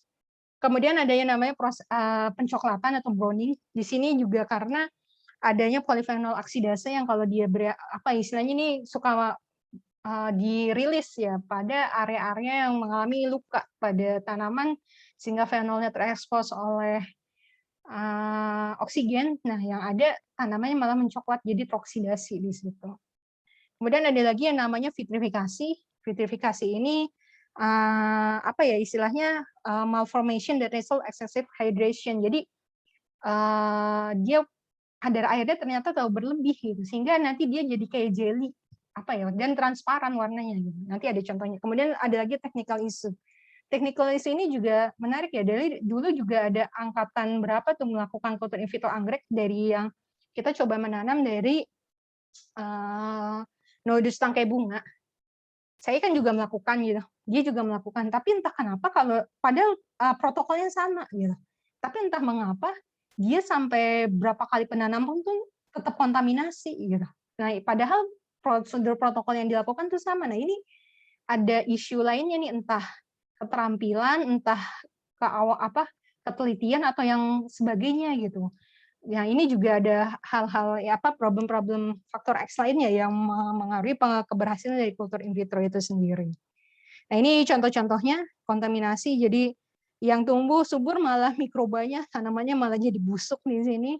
Ini juga, aduh, ini kalau udah kontaminasi kita sedih banget karena nanamnya sendiri untuk proses sterilisasi atau effort penanamannya juga apa namanya nggak gampang ya, nggak cepat juga. Jadi ketika kontak, wah. Nah, kalau ini yang somaclonal variation, jadi apa namanya ini misalnya sudah mengalami beberapa kali subculture, ternyata ada mutasi atau ada variasi dari somaclonalnya, misalnya ini jadi anggreknya jadi tidak ada lidah, apa labellumnya tidak terbentuk pada bunganya gitu. Jadi ada proses genetik di situ yang terganggu atau sifat epigenetiknya jadi terganggu pada karena kita terlalu sering mengkultur dia gitu. Itu juga salah satunya gitu, salah satu faktornya. Dan kemudian apa yang bisa menyebabkan somaclonal variation nanti bisa dibaca ada 11 hal ini. Nah, ini yang tadi saya sampaikan vitrification, hyperhidricity, jadi dia kayak transparan, jadi kayak jelly. Kemudian strukturnya juga cenderung rapuh ya, karena ligninnya tidak terbentuk atau membuat apa? Ini juga sempat terjadi permasalahan yang di apa namanya di yang perusahaan anggrek itu dia kulturnya dari protokolnya itu jadi bening, kemudian jadi keras-keras gitu, tidak selayaknya tanaman yang kalau sehat struktur jaringannya tuh cenderung elastis ya dan warnanya hijau segar. Nah, ini malah kayak kaca apa kayak apa ya istilahnya kayak kayak kalau saya mau bayangin itu kayak jusak yang jeruk. Kalau jusaknya jeruk kayak gitu dia cenderung seperti jeruk Bali lagi yang mungkin lebih gede. Nah, itu dia seperti itu bentuknya. Nah, ini yang saya katakan tadi sampaikan sebelumnya ini browning. Ini jadi fenolnya rilis, teroksidasi sampai ke medium. Nah, ini dia akan mengakibatkan tanaman mencoklat hingga lama-kelamaan dia bisa mengakibatkan kematian pada X-plant-nya kita. Jadi tanamannya tidak akan tumbuh. Mungkin ini bisa dilihat nanti kali ya, karena kayaknya udah mau jam 5:30 ternyata. Tadinya saya mau 1 jam kurang. Tapi mungkin ini juga terkait dengan prospek. Nah, ini juga pada dasarnya apa ya istilahnya anggrek ini hingga sekarang ada satu komoditi tanaman hias yang permintaannya cukup tinggi ya sehingga kita butuh terus mengembangkan teknik-teknik untuk perbanyakan ataupun menghasilkan jenis baru sehingga apa namanya ya istilahnya science made industry gitu. Jadi sains juga bisa mensupport kebutuhan industri ke depannya, sehingga apa ya istilahnya teknik kultur in vitro ini setidaknya bisa juga membantu apa ya istilahnya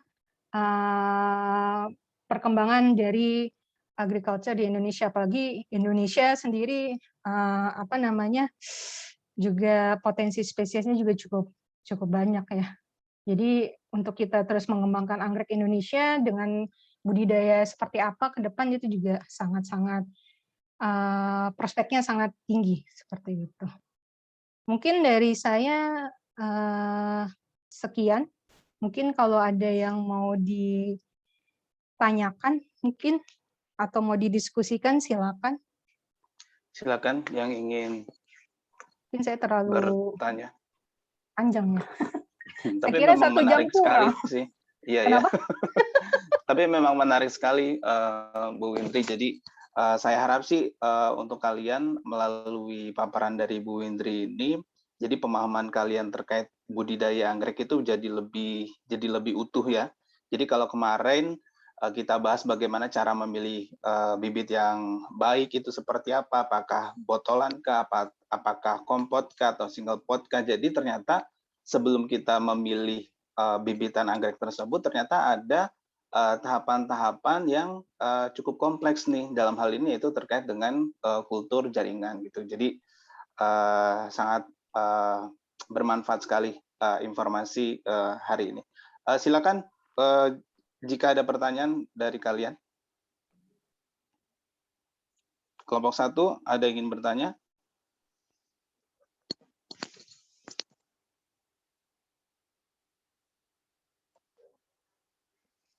Atau kelompok mana saja, silakan yang mau bertanya.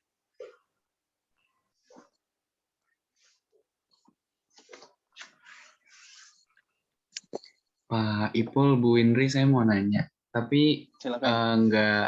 maksudnya kayak nggak terlalu berhubungan dengan kultur anggreknya, nggak apa-apa. Ya, silakan. Mungkin lebih ke kultur in vitro-nya gitu, Bu. Jadi kan tadi kalau dari penjelasan, kalau saya nggak salah dengar dan saya nggak salah memahami ya, Bu. Berarti itu kultur in vitro itu bisa kita bilang sebagai upaya monokultur juga nggak sih, Bu? Jadi diambil satu bagian dari satu individu, terus kita tumbuhin untuk perbanyakan gitu, Bu. Benar nggak, Bu, kalau kayak gitu dibilangnya? Kalau kita bicara monokultur, pada dasarnya kita ingin punya satu jenis dengan sifat yang sama, iya. Karena yang mau kita hasilkan ada cloning, berarti kan ya sifat genetiknya atau epigenetiknya itu pasti sama induknya. Jadi mau nggak mau misalnya kita mengkultur dari satu jenis anggrek, misalnya mau kita jadiin 10 ya, nanti anakannya 10-10-nya itu sama semua gitu. Jadi kalau dikatakan monokultur, iya bisa juga sih. Siapa? Akmal ya. Iya. Oh, berarti kalau misalnya kayak gitu, Bu, kira-kira kalau secara kultur in vitro tuh kita bisa ini nggak sih, Bu, kayak ngubah gennya gitu. Kadang kan kalau misalnya monokultur, terus kayak misalnya kayak lagi sekarang lagi rame tuh pisang Cavendish yang kena fusarium, itu kan karena semuanya monokultur, akhirnya nggak ada yang bisa selamat gitu kan. Kalau misalnya kayak gitu, bisa nggak sih, Bu? Bisa banget, bisa banget. Karena memang pada dasarnya kultur in vitro itu sebenarnya tools ya, Mal. Jadi dia lebih ke arah teknik sebenarnya. Jadi dari kita, misalnya tadi kan saya paparkan konsep dari kultur in vitro itu apa, nanti kita bisa tuh arahnya nanti kita ke arah rekayasa genetics. Jadi nanti dari kalusnya misalnya kita apa istilahnya kita particle bombardment atau kita lakukan mutasi dan sebagainya itu kan akan lebih mudah di level sel kan daripada kita melakukan rekayasa itu di level individu. Makanya kenapa kayak tadi teknik protoplas atau kultur sel atau kultur kalus itu juga salah satu sarana atau metode yang bisa kita manfaatkan untuk kita melakukan rekayasa genetik. Jadi nanti kita bisa insersi gen juga di situ gitu. Ya karena memang apa ya tadi tidak dibahas itu ya mungkin bahasanya nanti bisa di kultur in vitro atau apa istilahnya apa sih apa bioteknologi ya. Jadi pada dasarnya bisa banget. Jadi sekali lagi kultur in vitro ini tools yang memang pemanfaatannya cukup luas. Kamu bisa perbanyakan, tadi ya mikropropagasi, kamu bisa bikin GMO di situ, kamu juga bisa apa namanya bikin bank seed bank gitu, atau kamu juga bisa bikin apa namanya, apa sih tadi? Aduh saya lupa. Apa istilahnya kamu bisa memanfaatkan teknik, sekali lagi ini tools gitu. Sekali lagi kultur in vitro ini adalah tools untuk berbagai macam bentuk aplikasi. Untuk kebanyakan, oh ya, untuk studi fisiologis pun juga bisa kita lakukan, atau kita mau belajar tentang potensi mutasi atau efek mutasi. Nah, itu juga bisa pakai tools ini gitu. Jadi nanti kita tanam secara in vitro, nanti baru kita kasih perlakuan apa, entah kita mutasikan atau kita apa istilahnya kita transformasikan. Nah, itu mungkin sekali misalnya kita paparkan ke agrobakterium, itu juga apa sangat mungkin sekali gitu. Oke, Bu. Makasih, Bu. Ya, sama-sama. Ya, ada lagi yang mau bertanya? Selamat sore Bu Windri dan Pak Saipudin. Ya, sore. Saya Yosafat dari kelompok 3 ingin sedikit bertanya. Jadi kan kalau misalkan di alam itu kan biji anggrek itu membutuhkan semacam bantuan mikoriza ya untuk bisa tumbuh menjadi individu baru. Nah, kalau misalkan di orchid seed culture yang tadi telah dijelaskan itu apakah seed ini diperlukan ditambahkan mikoriza secara manual atau tidak perlu ya? Istilahnya seed-nya ini bisa langsung memanfaatkan medium yang telah diberikan di kultur ini. Terima kasih, Bu. Iya, terima kasih Yosafat. Untuk kultur in vitro seeds anggrek itu sendiri pada dasarnya kenapa akhirnya biji anggrek itu harus dikultur? Salah satunya sendiri adalah untuk mengatasi masalah kalau misalnya mikoriza itu kan biasanya kalau dia di wildlife ya. Jadi kalau dia misalnya anggrek itu berbuah, kemudian dia buahnya matang, bijinya pecah, bijinya itu kan akan bantu disebarkan oleh angin, dia akan apa ya bahasa saya mendarat dimanapun itu, dan disitulah dia akan bertemu dengan si mikorizanya itu gitu. Dan dari hasil interaksinya itu pada dasarnya kenapa dia butuh berinteraksi? Karena dia tidak ada endospermnya. Dia cuma tadi kalau misalnya kayak struktur yang tadi saya tunjukkan ya, dia hanya selaput itu saja. Jadi dia hanya selaputnya mana. Hanya selaputnya ini saja. Jadi dia memang tidak ada endospermnya, jadi dia memang tidak punya cadangan makanan gitu. Makanya kenapa dia kalau di alam dia butuh berinteraksi dengan mikoriza. Di situ dia akan memperoleh makanan dari hasil pengolahan nutrisi dari sini mikoriza itu sendiri. Nanti detailnya mungkin bisa kita nggak tahu apa dibahas di orchidologi ini. Kemudian kalau makanya kenapa anggrek itu kalau misalnya kita budidayakan, ya nggak mungkin kita numbuhin si bijinya itu sendiri gitu, atau kita sebarin kayak kita nyebar biji jagung atau biji padi gitu, karena dia tidak ada nutrisinya. Nah, makanya kenapa salah satu alternatif yang paling mungkin untuk kita bisa memperbanyak biji anggrek bisa menumbuhkan biji anggrek itu adalah kita menanamnya di medium culture. Di situ mediumnya sudah ada nutrisinya, jadi dia udah nggak usah apa istilahnya pusing-pusing lagi lah, oh saya nggak ada makanan, oh ini udah disediakan oleh si medium yang kita berikan ke dia gitu. Jadi ya benar tadi yang Yosafat istilahnya asumsikan bahwa jangan-jangan dia dapat makanannya dari medium. Iya, dia sumber nutrisinya saat kita kultur, medianya itulah yang berfungsi sebagai pemberi nutrisi ke dia hingga akhirnya si embrionya itu bisa terinduksi untuk memasuki fase pematangan selanjutnya sehingga akhirnya bisa tumbuh menjadi protokol. Seperti itu. Berarti seed-nya ini memang bisa memanfaatkan secara langsung ya medium yang telah disediakan ya, Bu? Iya, karena di mediumnya itu ada air, di mediumnya juga ada nutrisi. Biasanya dua hal itu yang akan sangat-sangat membantu proses perkecambahan dari bijinya si anggrek ini. Baik, terima kasih, Bu. Ya. Oke, ada lagi? Maaf Bu, saya ingin bertanya. Pertanyaan saya, apakah kalus dapat menggantikan tanaman indukan untuk sumber bahan eksplan, Bu? Kalus menjadi sumber indukan. Ini apa istilahnya, maksudnya indukan apakah dia menjadi sumber ekspan utama atau bagaimana nih? Siapa? Vigesti ya?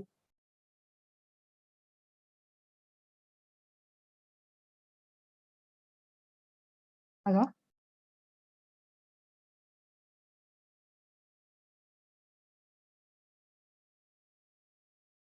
Halo? Jaringannya memang masih buruk, Igesti, Bu Indri. Oh gitu. Jadi mungkin bisa dibahas kalau misalnya dari dua sudut pandang tadi, apakah kalau sebagai sumber ekspan utama atau kalau sebagai sumber ekspan yang untuk subkultur, mungkin itu kali. Kalau sebagai sumber ekspan utama sih pada dasarnya kan kalus ini terbentuk pada tumbuhan karena adanya proses perlukaan. Secara alami pun di alam tidak banyak tumbuhan yang menghasilkan kalus ya. Jadi kalus ini biasanya dihasilkan karena adanya proses perlukaan pada tanaman gitu. Jadi kalau misalnya kalian lihat tumor atau apa di kebetulan saya juga ada riset sama Bu Afi ya terkait dengan kesehatan tanamannya, kesehatan pohonnya. Itu juga kalau yang ada tumor, nah pada dasarnya tumor itu sebenarnya kalus gitu. Ada sel-sel yang membelah dan tidak terkendali kan kalau kita bicara kanker atau tumor gitu. Nah, dan itu bentuk dia mengalami dediferensiasi. Kalau dia dediferensiasi berarti dia membentuk kalus. Tapi kalau misalnya kalus dijadikan sumber ekspan utama biasanya sih tidak ya. Jadi biasanya pasti kita akan menginduksi kalus itu dari organ tertentu dari ekspan yang kita tanam. Jadi biasanya kita induksi dulu kalusnya. Jadi misalnya dari potongan daun atau tunas, nah itu kita induksi dulu kalusnya, nah baru dari kalusnya itu bisa kita pakai, terserah nih pada dasarnya kita kayak dapat, kalau punya kalus tuh kayak dapat kertas kosong ya, mau kita tumbuhin akar, mau kita jadiin tunas, atau mau kita jadikan masuk ke fase embrio, seperti itu sih. Kalau Vigesti masih ada ya, atau temannya ada yang mau komentar, seperti itu.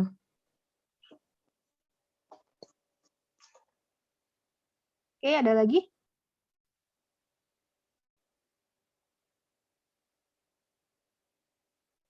Ibu, saya ingin bertanya.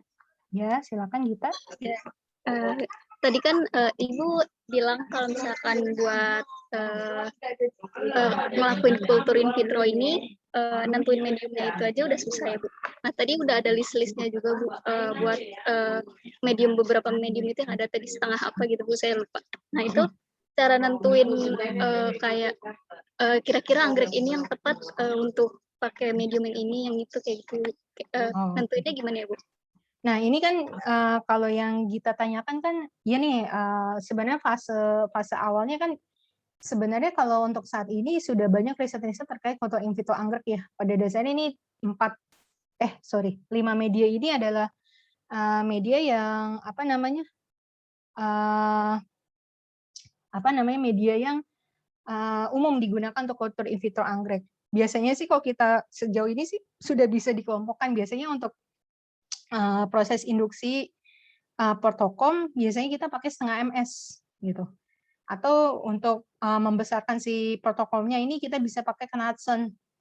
Atau kalau untuk biji sih biasanya kalau nggak Knudsen kita bisa pakai VW.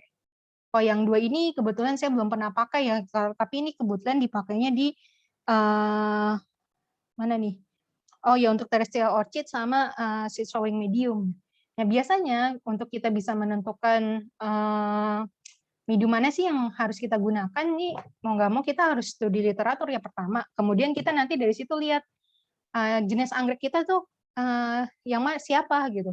Biasanya kita akan cari-cari yang kekerabatannya paling dekat gitu. Biasanya kita cari yang cenderung berkerabat. Nah dari situ biasanya kita akan menemukan misalnya, biasanya kita akan mencari yang relatif dekat ya kekerabatannya, entah satu genus atau entah minimal misalnya satu genus atau satu famili. Nah dari situ bisa kita, oh biasanya genus ini pakainya MS nih. Nah dari MS itu kita lihat yang sudah dilakukan riset-risetnya apa tuh, entah dia melakukan studi organogenesis atau embryogenesis. Nah dari situ kita bisa lihat biasanya jenis-jenis yang paling berpengaruh kan tadi adalah ZPT-nya ya, zat pengatur tumbuhnya. Nah dari situ kita bisa lihat tuh jenis-jenis mana tuh, jenis-jenis ZPT yang seperti apa yang biasanya digunakan gitu. Atau misalnya jenis-jenis ZPT Oksidnya apa? Misalnya pakainya BA. BA mah bukan oksid. Saya 2,4D. Atau misalnya pakai sitokinin, misalnya pakainya tidiazuron gitu. Nah, itu nanti ada tuh misalnya biasanya tidiazuronnya 0,1 atau BA-nya 1. Nah, dari situ biasanya kita mainin tuh rentangnya. Jadi kita ambil 1 sama 0,1 itu jadi rentang tengahnya. Jadi kita coba geser ke atas atau kita coba geser ke bawah. Biasanya kita biasanya coba untuk mencari komposisi yang pas, biasanya sih seperti itu gitu. Seperti itu Gita. Jadi biasanya kita coba cari-cari, pasti mau nggak mau kita harus studi literatur dulu dan juga apa namanya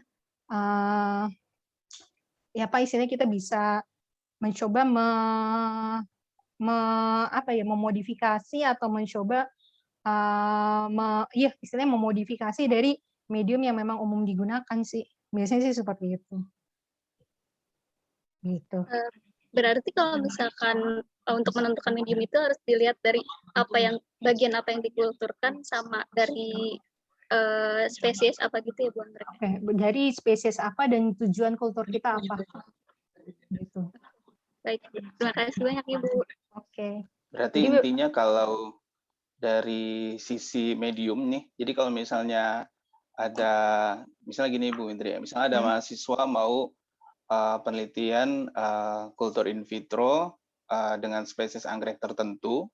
Nah, untuk misalnya hal yang pertama yang perlu dilakukan salah satunya kan medium apa nih yang tepat gitu. Nah, jadi pada dasarnya kelima medium ini sebenarnya sudah hasil penelitian lama sekali ya Bu Indri, sampai akhirnya ditemukanlah 5 medium utama yang paling ideal untuk kultur in vitro tanaman. Adapun untuk yang anggrek dan tanaman pada umumnya, yang paling umum dari kelima ini adalah yang MS sama yang Knudson itu ya Bu ya, yang KC. Jadi pada dasarnya kalau kalau yang untuk yang ini, kalau untuk yang dari organ ya, kalau dari biji biasanya pakainya VW gitu sih. Oke. Nah, jadi perihal nanti apakah ada modifikasi yang harus dilakukan, itu mainnya di komponen-komponen tadi ya, khususnya di ZPT gitu ya, kesimpulannya ya. Betul. Oke. Ini ada pertanyaan dari Vigesti ya di chat ya. Di sini dia ingin menanyakan lagi terkait dengan meskipun kita menggunakan teknik secara in vitro untuk memperbanyak tanaman, tapi mengapa saat menggunakan teknik in vitro masih menghasilkan adanya penyimpangan karakter tanaman dan masih menghasilkan kelainan genetik pada tanaman tersebut. Oke, ini tadi terkait dengan yang ini ya, Vigesti ya, soma clonal variation. Mungkin ketika anakan yang pertama ataupun apa namanya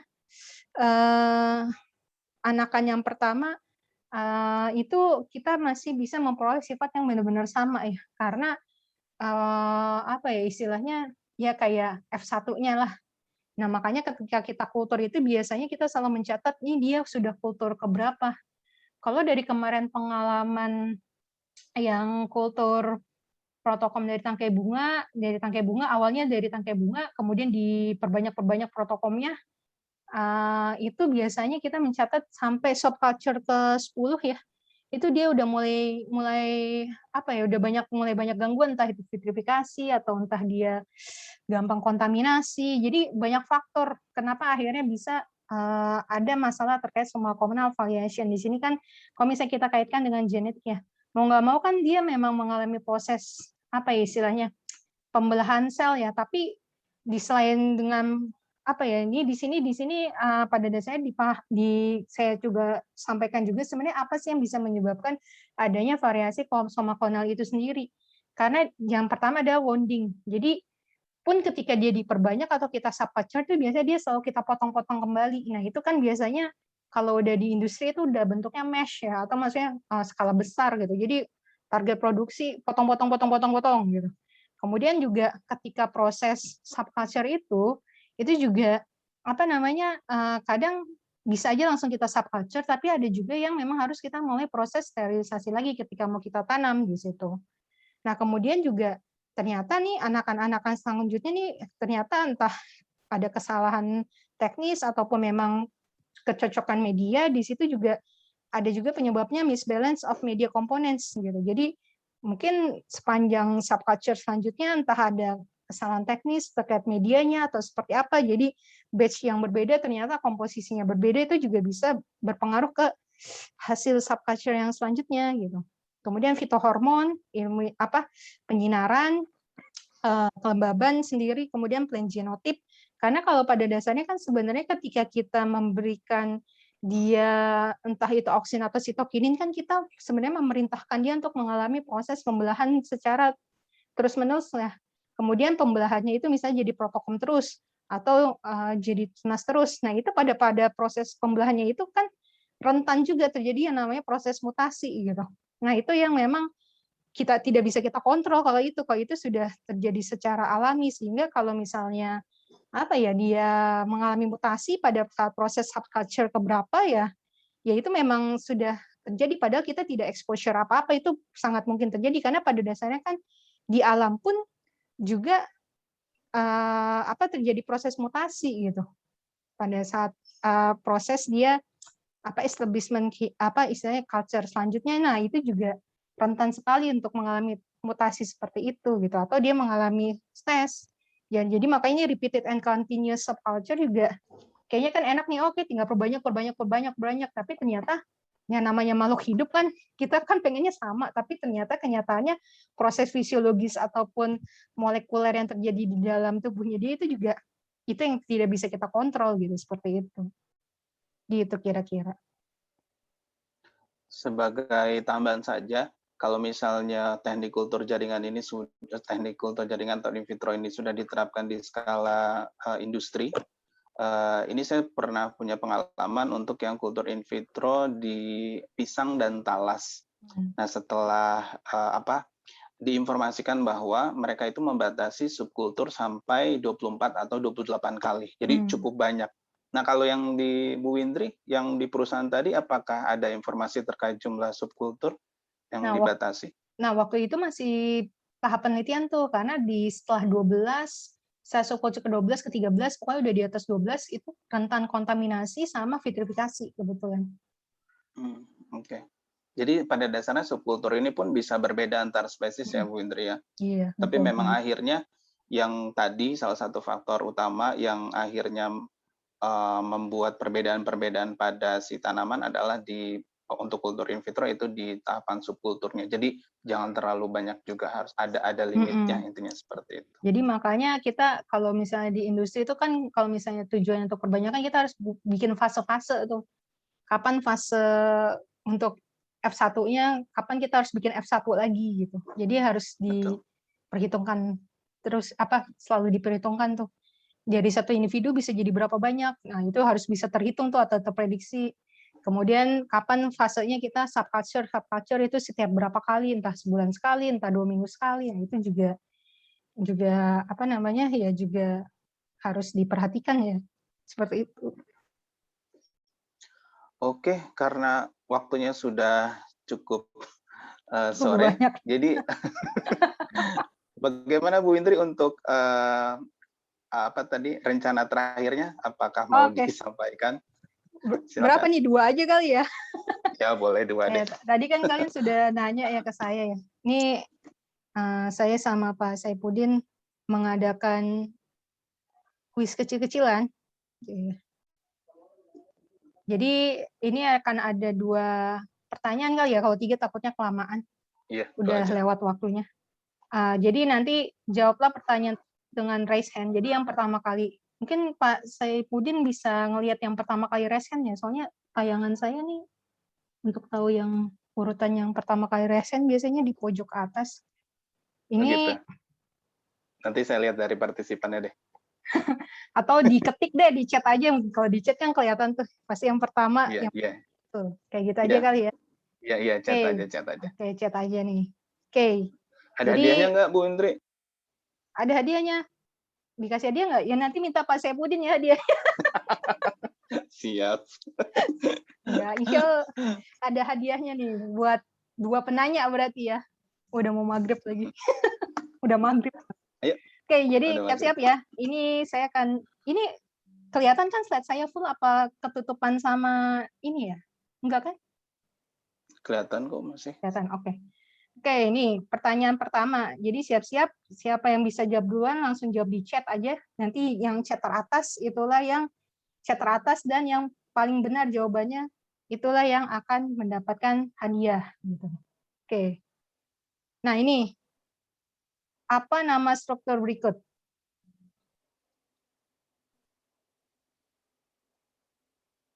Wah, udah ada yang jawab 2. Akmal sama Udah. Zeadora. Tapi sayang, Benar salah. tapi Bu. Salah. Oke. Salah. Iya. Salah. Ayo, siapa lagi? Ida Ayu. Wah, Safat yang benar.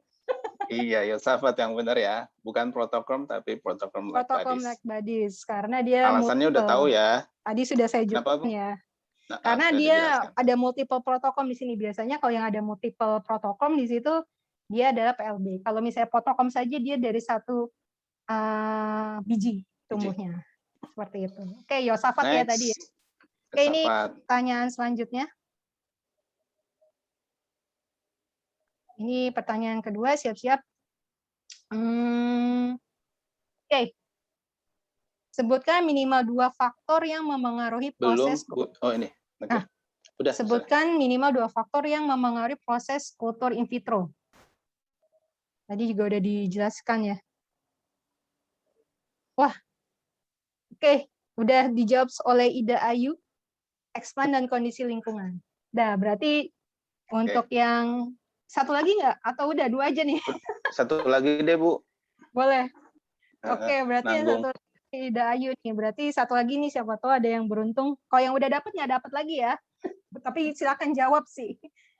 Oke, ini untuk pertanyaan yang selanjutnya. Nah, ini jawabannya tadi ya, sumber tanaman, kondisi lingkungan.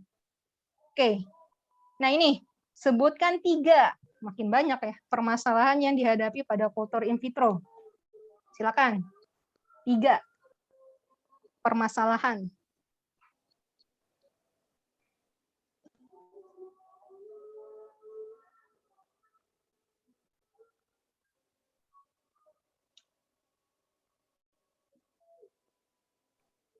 Ini belum ada yang nyaut. Masih kosong. 3 masalah dalam kultur in vitro. Wah, Akmal masih berusaha. Oke, pencoklatan, vitrifikasi, technical issue. Siapa nih?